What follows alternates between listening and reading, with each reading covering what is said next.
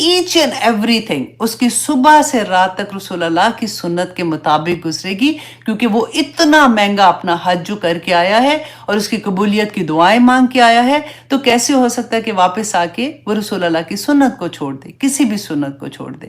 تو یہ بہت پیاری ایک بات تھی، میں نے کہا کہ ہم اس اینگل سے حج کو دیکھیں، کیونکہ یوزلی ہم عبادات کی بات کرتے ہیں، ہم عرفات کی بات کرتے ہیں، ہم قربانی کی بات کرتے ہیں، تو ہم یہ دیکھیں کہ جو ہم حج کر رہے ہوتے ہیں تو اس میں ایکچولی ہماری ٹریننگ کس بات کی ہوتی ہے کہ جب ہم واپس مڑیں اپنے گھروں میں آئیں تو ہم نے رسول اللہ صلی اللہ علیہ وسلم کی سنت کو اپنی زندگی کے ہر پہلو پہ اپلائی کرنا ہے۔ الحمدللہ۔ ذی الحج کے روزے کے بارے میں آپ پوچھ رہے ہیں، بالکل آپ نے رکھنے ہیں تو دیکھیں آپ پورے روزے رکھیں، بہت ثواب ہے، پورے 9 روزے رکھ لیں، نہیں رکھ سکتے جتنے روزے بھی رکھ سکتے ہیں آپ رکھ لیں، لیکن ایٹ لیسٹ یہ کوشش کریں کہ 9 ذی الحج کا روزہ جو عرفہ کا دن کا روزہ ہے وہ ضرور رکھیں۔ رسول اللہ صلی اللہ علیہ وسلم نے کیا فرمایا تھا؟ مسلم کی حدیث ہے کہ میں امید رکھتا ہوں کہ اللہ سبحانہ تعالیٰ جو عرفہ کے دن کا روزہ رکھتا ہے نا، ایک پچھلے سال مطلب گزشتہ سال اور آنے والے سال کے گناہوں کا کفارہ ہو جائے گا، یعنی اللہ سبحانہ تعالیٰ اس کو معاف کر دیں گے انشاءاللہ۔ تو آپ ضرور کوشش کریں، ایک روزہ تو رکھ ہی سکتے ہیں نا۔ الحمدللہ ہم میں سے سبھی آج کل ذی الحج کے پہلے 10 دن میں سے گزر رہے ہیں، جس کی فضیلت اور برکت اتنی زیادہ ہے کہ نبی صلی اللہ علیہ وسلم نے فرمایا کہ پورے سال کے دنوں میں سے سب سے زیادہ افضل ترین دن یہ ذی الحج کے پہلے 10 دن ہیں۔ ہم میں سے اکثر لوگوں نے یہ فیصلہ کیا ہوگا، سوچا ہوگا، پلان کیا ہوگا کہ اس سال ہم حج پہ جائیں گے، لیکن کیونکہ کرنٹ سچویشن کی وجہ سے ہم لوگ حج پہ نہیں جا سکے تو ہمیں اداس نہیں ہونا، کہ نبی صلی اللہ علیہ وسلم نے کیا فرمایا تھا کہ جو پیچھے رہ جانے والے لوگ ہیں جو حج پہ نہیں جا سکے وہ یوم عرفہ کا جو روزہ رکھیں گے، ویسے تو پورے 10 دن کا روزہ رکھیں تو بہت اجر ہے، لیکن یوم عرفہ کا روزہ جو رکھتا ہے 1 سال آنے والا اور 1 سال گزرے ہوئے گناہوں کا کفارہ ہے۔ ایک لمحہ اس کا ایسا ہے کہ اس میں عبادات کر کے، تسبیحات کر کے، نیکی کے کام کر کے ہم اللہ سبحانہ تعالیٰ سے اس کا اجر لے سکتے ہیں۔ اللہ سبحانہ تعالیٰ ہمیں سب کو توفیق عطا کرے کہ ہم ایٹ لیسٹ یوم عرفہ کا روزہ رکھ سکیں۔ آمین ثم آمین۔ وہاں سے قافلہ گزرا تھا جس نے مصر میں جانا تھا، وہ قافلے نے ان کو مال سمجھ کے، کیونکہ اس زمانے میں انسان بکتے تھے، تو مال سمجھ کے اس کو اٹھا لیا اور جا کے مصر میں ان کو بیچ دیا۔ وہاں پہ ان کو جو عزیز مصر ہے اس نے اس کو خریدا۔ اب خریدنے کے بعد دیکھیں اس کے لفظ اب غور کریں، یہاں پہ اپنی بیوی کے پاس جب وہ گھر میں لے کے گیا تو اس نے اپنی بیوی سے کہا کہ یہ میں جو لایا ہوں بچہ، یہ اس کو اچھی طرح سے رکھنا، ہو سکتا ہے ہم اس کو اپنا بیٹا بنا لیں۔ ٹھیک ہے، تو کانسیپٹ آپ یہاں پہ دیکھیے اور فیلنگز بھی ساتھ دیکھیے۔ آپ عورتیں ہیں نا تو آپ کو اچھے سے اندازہ ہوگا کہ دا مومنٹ کوئی ایسی والی بات کرتے تو وہ بچے سے ایک فرق طرح کی محبت ہوتی ہے کہ میں بیٹا مطلب ورڈ آ گیا نا ساتھ۔ اچھا، اب یوسف علیہ السلام اس گھر میں بڑے ہو رہے ہیں، وہ پہلے میں نے آپ کو بتایا تھا 10 سے 12 سال کا بچہ، اب وہ بچہ جو ہے وہ بڑا ہو رہا ہے اور وہ بچہ جو ہے اب ہو گیا کتنا، 18-20 سال کے درمیان میں، اور وہ پیارے بھی تھے لیکن ابھی پیارے کو آپ سائڈ پہ کرے۔ ابھی یہ دیکھیں کہ اب وہ بچہ بڑا ہو گیا ہے تو جوان ہو گیا۔ اب یہ جو عزیز مصر کی بیوی تھی، ان کا نام جو زلیخا سٹوریز میں آتا ہے، اور میں نے آپ کو بتایا کہ قرآن میں اور تورا میں یہ نام نہیں ہے، یہ تلمود میں ان کا نام زلیخا آیا ہے، اس لیے کہیں کہیں میں اگر یوز کرتی ہوں تو آپ کو سمجھ آ جائے گی کہ عزیز مصر کی بیوی کے بارے میں بات کر رہی ہوں۔ اب ان کی بیوی جو تھی نا، آپ یہ سوچیں یہ کوئی بوڑھی عورت نہیں ہے، یہ ینگ لڑکی ہے جو شادی شدہ لیکن ابھی اس کے بچے نہیں ہیں، ٹھیک ہے، اور گھر میں رہ رہی ہے، اور یہ عام عورت نہیں ہے، یہ وہاں کی ایلیٹ کلاس جو ہوتی ہے نا وہاں کی عورت ہے، کیونکہ اس کا خامن جو ہے وہ بہت، اس کا جو پوسٹ ہے وہ بہت بڑی پوسٹ پہ ہے، جیسے آپ سوچیں کہ کوئی بہت بڑا سیاستدان ہمارے ملک کا، ان کی فیملی اور اس کے پھر دوستیاں ساری، وہ پورے ایسے ایک گروپ ہوتا ہے نا سارے کا سارا، اس طرح کا یہ خاندان ہے۔ اب یہ عورت جو ہے، اس کی سٹوری اور پھر اس بچے کی سٹوری جو کہ حضرت یوسف کے نام سے ہے، یہ ہم دیکھیں گے کہ ہمیں اللہ سبحانہ تعالیٰ اس میں کیا سبق دیتے ہیں۔ اعوذ باللہ من الشیطان الرجیم، بسم اللہ الرحمن الرحیم۔ وراودت، اچھا یہ آیت نمبر ہے 23، ٹھیک ہے، وراودتہ التی ہوا فی بیتہا عن نفسہ، کہ وہ پھسلانا چاہا کس کو، یوسف علیہ السلام کو، وراودتہ، اس کو، یوسف علیہ السلام کو، التی ہوا فی بیتہا، جس کے گھر میں وہ رہتے تھے، عن نفسہ، اپنے نفس سے۔ اب یہاں پہ دیکھیے کہ یہ عورت جو ہے نا یہ شادی شدہ ہے، جیسے میں نے آپ کو بتایا. اب یوزلی کیا ہوتا ہے کہ شادی شدہ عورت کے بارے میں ہمارا یہ کانسیپٹ ہی نہیں ہوتا. ہمیں پتا ہوتا ہے نا، فار ایگزامپل کسی کے بارے میں ہم بات کرتے ہیں کہ وہ لڑکی کا افیئر ہے فلاں لڑکے کے ساتھ، تو ہم ایکسیپٹ کر لیتے ہیں، مائنڈ کہتے ہیں کہ ہاں ہوگا. لیکن شادی شدہ عورت کے بارے میں اگر پتا ہو نا کہ فلاں کی بیوی کا تجھے پتا ہے فلاں کے ساتھ ہے، تو ہم کہیں نہیں نہیں، وہ تو ایسے، وہ غلط بات نہیں کرو، وہ تو شی از اے میرڈ وومن. تو یہاں بھی اللہ سبحانہ تعالیٰ نے وہی پاسبلٹی بتائی ہے کہ یہ ہو سکتا ہے، اور ہو کیسے سکتا ہے اور اس سے بچاؤ کیسے کرنا چاہیے، وہ اس آیہ میں اللہ سبحانہ تعالیٰ نے ہمیں بتایا ہے. کیونکہ آپ دیکھیے 5واں سپارہ جو ہے اس کا شروع میں آپ دیکھیے اللہ سبحانہ تعالیٰ نے والمحسنات کا لفظ استعمال کیا نا. یہ سین سے نہیں، یا سواد سے ہے. سین سے تو محسن کہتے ہیں نا کہ جو نیکی کرنے والا، جو حق ہے اس سے زیادہ نیکی کرنے والا. لیکن محسنات جو سواد کے ساتھ ہوتا ہے نا، اس کو کہتے ہیں جو حصار میں ہوتا ہے، جیسے بڑے کسی قلعے کے اندر محفوظ بیسیکلی. تو آپ دیکھیں کتنا خوبصورت لفظ ہے کہ عورت جب شادی اس کی ہوتی ہے نا تو وہ اپنی خاوند کے حصار میں آ جاتی ہے، وہ اس کی پروٹیکشن میں آ جاتی ہے. تو وہ عورت اللہ سبحانہ تعالیٰ نے جو حرام کے رشتے بتائے نا سارے کے سارے، اور محرم رشتے بتائے کہ یہ رشتے تمہارے محرم رشتے ہیں، اور ایون شادی شدہ عورت ہر آدمی کے لیے حرام ہے، ہر آدمی کے لیے حرام ہے، کیونکہ اب وہ کسی کی امانت ہے، اب وہ شادی شدہ ہے. تو یہاں پہ ایک اتنا بڑا ٹائٹل مل جاتا ہے نا، کسی کی بیوی ہے شادی شدہ عورت کا. تو اللہ سبحانہ تعالیٰ نے بتایا کہ یہ عورت جو شادی شدہ تھی یہ کیا کر رہی تھی، یہ اپنے یہ جو بچہ تھا ان کے گھر میں، جس کو اس کے خاوند نے کہا کہ شاید ہم اس کو بیٹا بنا لیں، چلو بیٹا نہیں بھی بنایا اس نے، لیکن ان کے گھر میں کام کر رہا تھا، رہ رہا تھا اسی کے طرح سے. تو اس میں ہمیں کیا سبق ملتا ہے؟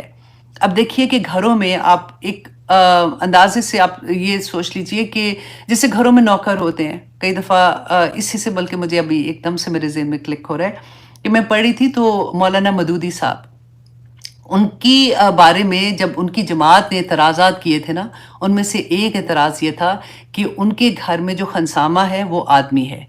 تو وہ مدودی صاحب نے کہا کہ میری بیوی جو ہے وہ بہت اچھے گھرانے سے ہے، اس کو کھانا نہیں آتا پکانا، تو اس لیے ہم نے خنسامہ تو رکھنا، مطلب میں نے رکھا ہوا ہے. تو انہوں نے کہا کہ نہیں آپ عورت رکھیں اس کی جگہ پہ. تو انہوں نے کہا کہ نہیں، اگر میں عورت رکھوں گا تو وہ میرے سے اس کا پردہ ہے. تو انہوں نے کہا کہ نہیں، آدمی کچن میں نہیں جاتے، عورتیں جو گھر کی ہیں وہ تو کچن میں ہی جائیں گی نا، سارا بندوبست کرنا، دیکھنا کیا ہو رہا ہے کیا نہیں ہو رہا. تو یہ بہت بڑی ایک پھر سٹوری آگے تھی، وہ میں یہاں پہ مینشن نہیں کرنا چاہ رہی، کیونکہ میں صرف یہ پوائنٹ آپ کو بتانا چاہ رہی ہوں کہ ہمارے گھروں میں کئی دفعہ ایسا ہوتا ہے کہ آدمی نوکر ہوتے ہیں. تو یہاں پہ ہم نے کیا دیکھا کہ وہ پھسلانا چاہا. یہ ایسے نہیں ہوا کہ اس نے اچانک اس پہ حملہ کوئی کر دیا یا اچانک اس نے کچھ کیا. یہ سٹوری تو کافی دیر سے چل رہی تھی. وہ پھسلانے کا مطلب ہے کہ وہ کوشش کر رہی تھی، وہ بار بار کوشش کر رہی تھی کہ کسی طرح سے اس کو اپنی طرح اٹریکٹ کروائے. لیکن وہ کیونکہ حضرت یوسف علیہ السلام آگے پڑھیں گے. اب میں تو ایک لڑکا ایک لڑکی کی سٹوری کی طرح آپ کو، ایک عورت اور ایک مرد کی سٹوری کی طرح سنا رہی ہوں نا فی الحال. تو اب کیا تھا کہ یہ عورت جو ہے وہ اپنے گھر میں اکیلی ہے، اور وہاں پہ جو لڑکا ہے وہ بھی، مطلب یہ دونوں اکیلے ہیں، ٹھیک ہے. اب اس کو غور کریں آپ کہ اللہ سبحانہ تعالیٰ نے قرآن پاک میں کیا فرمایا ہے کہ یہ نہیں کہا کہ زنا نہ کرو، یہ کہا ہے وَلَا تَقْرَبُوا الزِّنَا، کہ زنا کے قریب بھی نہ جاؤ. مطلب کیا ہے کہ کوئی بھی ایسی چیز جو اس حد تک تمہیں لے کے جائے گی کہ تم برباد ہی ہو جاؤ گے. زنا کی سزا رسول اللہ کے زمانے میں کیا تھی آپ کو پتہ ہے نا، سورۃ نور میں آ جائے گی. تو اللہ سبحانہ تعالیٰ نے وہ حدیں بتا دی کہ دیکھو یہ نہ کرنا. اور یہ نہیں تھا کہ زنا پہلی قوموں میں الاؤڈ تھا تو اب نہیں ہے، ہمیشہ سے تھا. تو یہاں پہ اللہ سبحانہ تعالیٰ نے جو ہمیں یہ بتایا کہ گھر کے اندر اگر غیر محرم نوکر بھی ہیں تو ہمیں کتنا کیئرفل ہونا چاہیے. اور وہ کہتے کہ وَرَاوَدَتْهُ الَّتِي هُوَ فِي بَيْتِهَا. یہاں پہ دیکھیے غور کیجیے، ہوا فی بیت. اللہ سبحانہ تعالیٰ نے یہ نہیں کہا کہ عزیز مصر کی بیوی، کہا کہ نہیں اس کے گھر میں رہتا تھا، کیونکہ گھر میں رہنا مینس کہ ان کا وہ اور کوئی جگہ ہی نہیں تھی رہنے کی. وہ ادھر ایز اے غلام آئے تھے نا. تو وہ بندہ جو ہوتا ہے وہ بہت پریشر میں ہوتا ہے، مطلب اس کے لیے برائی سے، اس عورت کے فتنے سے بچنا بہت مشکل ہوتا ہے جبکہ وہ ان کے انڈر ہوتا ہے. یہ اس کی سینٹنس کی ڈیپتھ آپ دیکھیں. اب یہاں پہ آپ دیکھیں پاکستان میں گھروں میں آپ نے اکثر نوکرانیوں کے بارے میں سنا ہوگا. وہ بچیاں بچاری کہاں سے آتی ہیں، پتہ نہیں کس مجبوری سے آتی ہیں اور کیوں آتی ہیں، کہ پیرنٹس کیسے بھیج دیتے ہیں. یوزلی آپ دیکھیں وہاں پہ تو ایجنسیز بھی ہیں ایسے کہ مطلب عورتیں ہیں بیسیکلی، جن کو گھر کی عورتوں ان کو پتہ ہوتا ہے، وہ ان کو کہتی ہے جس ہمارے لیے بھی کوئی لڑکی لا دو کام والی. تو بیچاری گاؤں سے وہ لڑکیاں اٹھا کے لے آتی ہیں، جن کی بھی ہوتی ہیں وہ ڈیفینیٹلی پرمیشن دیتے ہوں گے کہ غربت اتنی ہے. تو وہ جس گھر میں آتی ہیں وہاں پہ کیا سچویشن ہے، وہاں کی مرد کیسے ہیں، کون بچے ہیں ان کے، کیا کرتے ہیں، عورتیں کیسے ان کو چھوڑ کے گھر میں اکیلا چلی جاتی ہیں، کیا کچھ نہیں ہوتا. اللہ اکبر. اللہ سبحانہ تعالیٰ نے قرآن پاک میں دیکھے بیان کر دی، کوئی ماں کیا تربیت کرے گی جو میرا رب ہماری تربیت کرتا ہے کہ اکیلے نہ چھوڑو. اگر اتنی بڑی ذمہ داری کسی بچی کی لے رہے ہو، وہ آپ کے گھر میں کام کر رہی ہے. دیکھیں آئے دن ایک بچی سے میری پاکستان میں بات ہوئی تھی، تو وہ اس سے میں پوچھ رہی تھی کہ تم کیا کرتی ہو، تو اس نے کچھ سٹوریز مجھے بتائیں. تو میں نے کہا بیٹا تو تم نے بتانا تھا مالکن کو. کہتی ہے باجی بتانے سے کیا فائدہ، جہاں بتائیں گے وہاں پہ اپنے ہسبینڈ کو تو وہ کچھ نہیں کہیں گی، ان لڑ لوٹ کے بس یہ کہیں گی تو ہمیں مار پڑتی ہے، اور گھر سے بھی نکالیں گے، الزام بھی لگائیں گے، بلکہ چوری کا الزام لگا کے گھروں سے نکال دیتے ہیں. اور اتنا کہیں تو پولیس میں بھی پکڑا دیتے ہیں کہ یہ تو چور تھی، اس نے یہ کیا. کہتے ہیں منہ نہیں کھول سکتے ہیں، منہ نہیں کھول سکتے. تو آنکھیں کھولیں ہم اپنی، منہ تو نہیں کھول سکتے. آنیسٹلی یہ اتنی بڑی برائی ہے کہ ہم کنوینئنٹ، ہمیں پتہ ہی نہیں ہوتا. بچیاں جوان بچیاں ہوتی ہیں ان کو ڈرائیور کے ساتھ بھیج دیتے ہیں، اور اللہ نہ کرے کسی کے گھر میں ہو، بہت سے گھروں میں نہیں بھی ہوتا. لیکن اب کیونکہ میڈیا اتنا اوپن ہے، کتنے لوگ بتاتے ہیں کہ نوکروں کے سے کیا کیا زیادتیاں ہوتی ہیں، اور گھر والی عورتیں جو ہیں وہ کتنی لاپرواہ ہوتی ہیں، اور کس طرح سے وہ ایک ٹرسٹ ہوتا ہے نا، جیسے فار ایگزامپل کہ نہیں نہیں خام خواہ کا ٹرسٹ، جس کو اللہ نے ٹرسٹ نہیں کہا، غیر محرم سے اللہ نے ٹرسٹ نہیں کہا، ہم کیسے کر سکتے ہیں. اور یہاں پہ بھی اب وہی بات ہے کہ اللہ سبحانہ تعالیٰ نے فرمایا کہ جس کے گھر میں تھے. اب حضرت یوسف کی سائڈ دیکھیے کہ وہ بچہ جس کے گھر میں ہے اس کے پریشر میں بھی ہے، اب وہ عورت ان کو فلرٹ کر رہی ہے، اس کو اپنی طرف لے جا رہی ہے. تو اللہ سبحانہ تعالیٰ نے آگے کیا فرمایا کہ ہوا کیا تھا. اب یہ سٹوری تو بہت پہلے سے چل رہی تھی نا، اب وہ ٹائم آ گیا کہ جب اسے اب برداشت نہیں ہو رہا تھا، وہ اس کو کسی بھی طرح سے اس کے ساتھ وہ گناہ کرنا چاہ رہی تھی، جو اس حد تک کہ وہ بالکل ہی وہ ورڈ میں بار بار نہیں بولوں گی، یو انڈرسٹینڈ. وَغَلَّقَتِ الْأَبْوَابَ، تو اس نے کیا کیا، اچھی طرح سے اس نے دروازے بند کر لیے. وَقَالَتْ، اور کہا، حَيْتَ لَكْ، کہ آ جاؤ تم. قَالَ، کہا، مَعَاذَ اللَّهِ، کہ اللہ کی پناہ. اب آپ دیکھیے، آپ میں سے ہر کوئی کو میں ایک بات بتانا چاہوں گی کہ یہ جو کہا یوسف علیہ السلام نے کہ اللہ کی پناہ، تو یہ ایک دعائیہ کلمہ ہے جس میں یہ اعوذ باللہ سے بھی بڑا ہے کہ اللہ کی پناہ، کہ اے اللہ مجھے سنبھال لے، اے اللہ مجھے اپنی حفاظت میں کر لے، اے اللہ میں بے بس ہوں، میں کچھ نہیں کر سکتا. جب بھی ہم میں سے کوئی بھی کبھی بھی کسی سچویشن میں آئے گا تو یہی دعا پڑھیے گا. اعوذ باللہ، اگر یہ یاد ہے اعوذ باللہ من الشیطان الرجیم، تو ہماری زندگی میں اتنا کامن ہے نا، وہ پڑھ لیا کریں، اللہ اپنی حفاظتوں میں لے لے گا. آپ دیکھیے کہ آج کل کتنا کامن ہے، جاب پہ ہراسمنٹ ہوتی ہے، اسکولوں میں بچوں کے، کیونکہ آدمی پڑھا رہے ہوتے ہیں تو اسکول میں بھی ایسی والی چیزیں ہم نے دیکھی ہیں. گھروں میں جو کام والے ہیں ادھر ہراسمنٹ ہو رہی ہوتی ہے. اب وہ زمانہ آ گیا کہ ہم وی ٹاک اباؤٹ، اور کرنا بھی چاہیے، کہ ہم چھوٹے چھوٹے بچوں کو good touch and bad touch کا بتا رہے ہوتے ہیں کہ بیٹا یہ یو ہیو ٹو انڈرسٹینڈ کہ گڈ ٹچ کیا ہوتا ہے، بیڈ ٹچ کیا ہوتا ہے، ایسے نہیں کرنا، ایسے نہیں کرنا. الحمدللہ یہ اتنی اویئرنیس تو آ گئی ہے ہم لوگوں میں، لیکن اب دیکھیں کہ ہمارا معاشرہ جا کدھر رہا ہے. یہاں پہ اللہ سبحانہ تعالیٰ یہ جو فرمائے کہ انہوں نے کیا کہا تھا کہ اللہ میں تیری پناہ میں آتی ہوں. اسی طرح سے ہم صبح شام کے کلمات بھی پڑھتے ہیں نا، کہ اعوذ بکلمات اللہ التامہ والے، تو وہ ایوری مارننگ ایوری نائٹ ضرور پڑھا کریں جب بھی کبھی آپ کام میں ہوں گے، کیونکہ کئی دفعہ ہوتا ہے مجبوریاں ہو جاتی ہیں لوگوں کی. اور میں آئی ڈو انڈرسٹینڈ بہت ابھی ریسنٹلی میری ایک بچی سے بات ہوئی ہے، اتنی پیاری بچی جس کی خدی جاب چھٹ گئی. ابھی اس کے لیے اتنا مشکل ہو رہا ہے کیونکہ وہاں پہ باس جو ہے وہ اس کے ساتھ جو بھی غلط کرنے کی کوشش کر رہا تھا، اور اس نے جب کمپلین کی اوپر والے باس کو، تو وہ آپس میں ملے ہوئے تھے، تو اس کو جاب چھوڑنا پڑی. تو بہت کچھ ہے. تو اللہ سبحانہ تعالیٰ اپنی حفاظتوں میں رکھے. بس یہ والا کلمہ میں نے آپ کو بہت زور سے بتانا تھا کہ کبھی بھی زندگی میں کہیں پھنس جائیں، اعوذ باللہ من الشیطان الرجیم یہ پڑھا کریں. ہمیں تو یہ لگتا ہے نا ہم تو اس لیے پڑھتے ہیں شیطان دور ہو، نہیں، اللہ جی مجھے اپنی حفاظت میں لے لیں، یا اللہ میں بہت کمزور ہوں، یا اللہ میں اس فتنے سے نہیں نکل پا رہی ہوں، میں نکلنا چاہتی ہوں، یا اللہ میں پھنس گئی ہوں اس کے اندر. کسی بھی حال میں دیکھیں یہ ایک پکار اللہ سبحانہ تعالیٰ کو، معاذ اللہ، اللہ تیری پناہ، انہو ربی. اور اب وہ کیا جواب دے رہے ہیں اس عورت کو جب اس نے کہا کہ آ جاؤ، بے شک ربی میرا رب احسن مسوایا، کہ اس نے مجھے اچھا ٹھکانہ دیا. اب اس کی دو طرح کی تفسیر مفسرین کرتے ہیں. نمبر 1 یہ کہ اگر تو اس نے ربی اس زمانے میں اپنے اس کو بھی کہتے تھے، جو جس کا غلام ہوتا تھا نا بندہ، تو اس کے مالک کو بھی ربی کہتے تھے. رسول اللہ صلی اللہ علیہ وسلم نے منع کر دیا تھا کہ اس کے بعد سے کوئی غلام جو ہے وہ اپنے آقا کو رب نہیں کہے گا. تو اس کا یہ بھی آتا ہے کہ انہوں نے یہ کہا ہوگا کہ میرے تو جس نے مجھے خریدا ہے اس نے مجھے اتنی اچھی جگہ پہ رکھا، اتنی اچھے سے رکھا، تو میں احسان فراموش نہیں ہو سکتا ہوں. لیکن دوسری تفسیر میں یہ آتا ہے کہ انہوں نے یہ کہا ربی میرا رب، مطلب اللہ سبحانہ تعالیٰ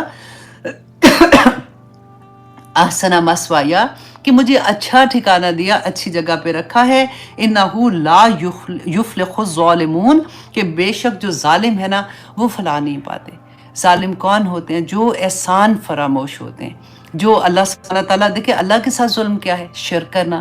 کہ اللہ سبحانہ تعالیٰ جو میرا رب ہے، جو میرا مالک ہے، میرا خالق ہے، میرا مدبر ہے، اگر مجھے اسی کی پہچان نہیں ہے، میرے رب نے منع کیا ہے یہ کام کرنے سے، کوئی بھی کام، اب یہ ایک تو کام سائڈ پہ کر دینا، اینی برائی، اینی اللہ سبحانہ تعالیٰ کا حکم جس کو اللہ سبحانہ تعالیٰ نے منع کیا ہے کرنے سے. وہ کہتے ہیں نا کہ اللہ سبحانہ تعالیٰ کی حدود ہیں جو بھی حرام ہے، تو ان کے پاس قریب والی حدود میں بھی نہ جاؤ، ہو سکتا ہے غلطی سے ادھر چلے جاؤ. جیسے قرآن میں بینہ ہے، حرام بھی بینہ ہے اور حلال بھی بینہ ہے، اور کچھ جو مشتبہات ہیں اللہ سبحانہ تعالیٰ کا، اس سے بھی بچ جاؤ. رسول اللہ صلی اللہ علیہ وسلم نے فرمایا تھا اس سے بھی بچ جاؤ، کیونکہ ہو سکتا ہے کہ غلطی سے تم اس کے قریب چلے جاؤ. وہ انشاءاللہ جہاں پہ آئے گا وہ بتاؤں گی. آنیسٹلی ایک ایک آیا اتنے بڑے بڑے سبق، اور ہر اینگل سے اس کا سبق نکلتا ہے کہ وہ لگتا ہے کہ اس کا حق ہی نہیں ادا ہو سکتا.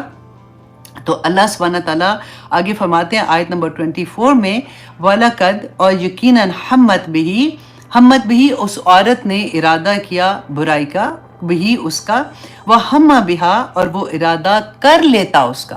کس کے بارے میں بات ہو رہی ہے؟ یوسف علیہ السلام کے بارے میں، کہ اللہ سبحانہ تعالیٰ فرماتے ہیں وہ ارادہ کر لیتا اس کا، لولا اروا برہانہ، اگر وہ نہ دیکھتا برہان، روشن دلی، ربی ہی، اپنے رب کی.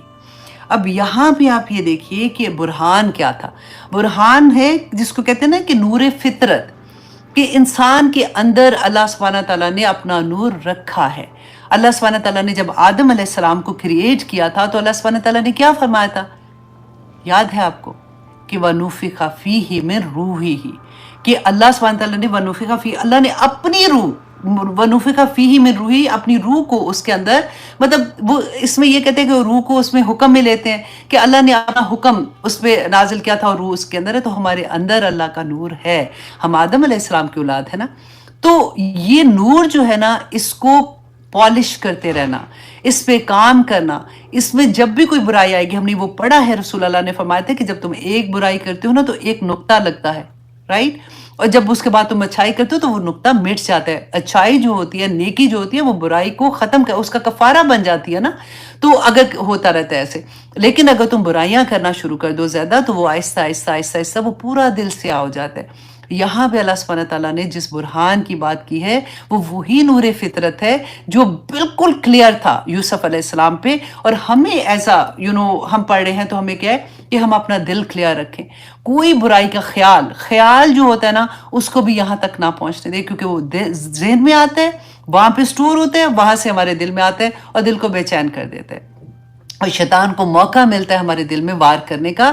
تو جب یہ کلیئر ہوگا تو واللہ اللہ کا پھر وعدہ ہے. دیکھیں ایک کام ہم نے کرنا ہے اور اللہ کے وعدے کو ہم نے دیکھنا ہے. اللہ سبحانہ تعالیٰ نے فرمایا کہ وہ برہان اگر نہیں ہوتی نا، اگر ان کا دل کلیئر نہیں ہوتا، اگر وہ نیکی کی طرف راغب نہیں ہوتے اور اپنی برائیوں کو اپنے سے دور نہ کرنے والے ہوتے، ذَلِكَ لِنَصْرِفَ، اسی طرح سے ہم پھیر دیں گے عنہ، اس سے، السوء والفحشاء، برائی کو اور بے حیائی کو.